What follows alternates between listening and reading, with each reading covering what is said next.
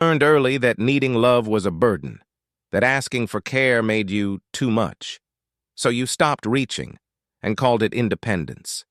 You apologize when someone offers kindness. Sorry to bother you. I shouldn't take your time. But your need for connection isn't a crime. You believe that if you're truly loved, you must earn it. That care must be paid for with silence, compliance, or perfection. But love isn't a debt.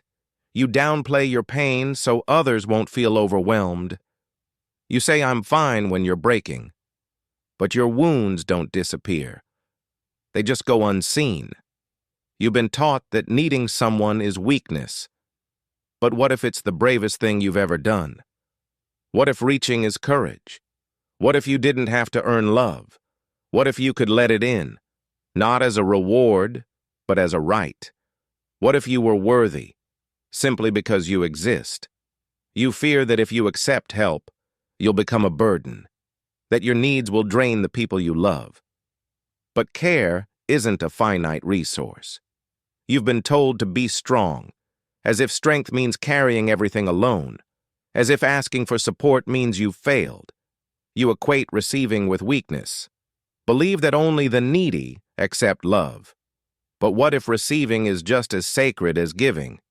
You've minimized your loneliness so long you've started to believe you don't need anyone. But your nervous system knows the truth.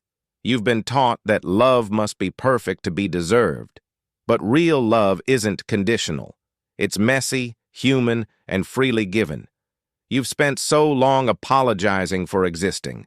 You've forgotten how it feels to be loved, not for what you do, but for who you are. Your need for love isn't a flaw, it's a truth. And the fact that you still long for it, after everything, is not weakness. It's hope. Healing starts with permission, with saying, I am allowed to need. I am allowed to ask. I am allowed to receive without guilt. You don't have to earn love. You only need to be open to those who have proven, through time and action, that they can hold your truth. Your vulnerability isn't a burden. It's a gift. And every time you let someone in, without apologizing, you're rebuilding trust. You are allowed to receive, to be cared for, to be seen in your mess. That's not weakness, it's wholeness. This isn't about becoming less needy. It's about becoming free, free to love and be loved without apology. You don't have to earn love. You don't have to shrink to be worthy.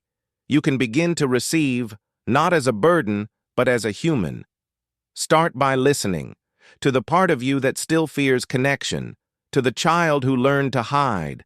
Honor that fear, then gently invite it to feel safe. Your need for love isn't a flaw, it's a truth. And the fact that you still long for it, after everything, is not weakness. It's hope. Healing isn't about erasing your past. It's about understanding it and choosing for the first time to receive without guilt. You are not broken. You adapted.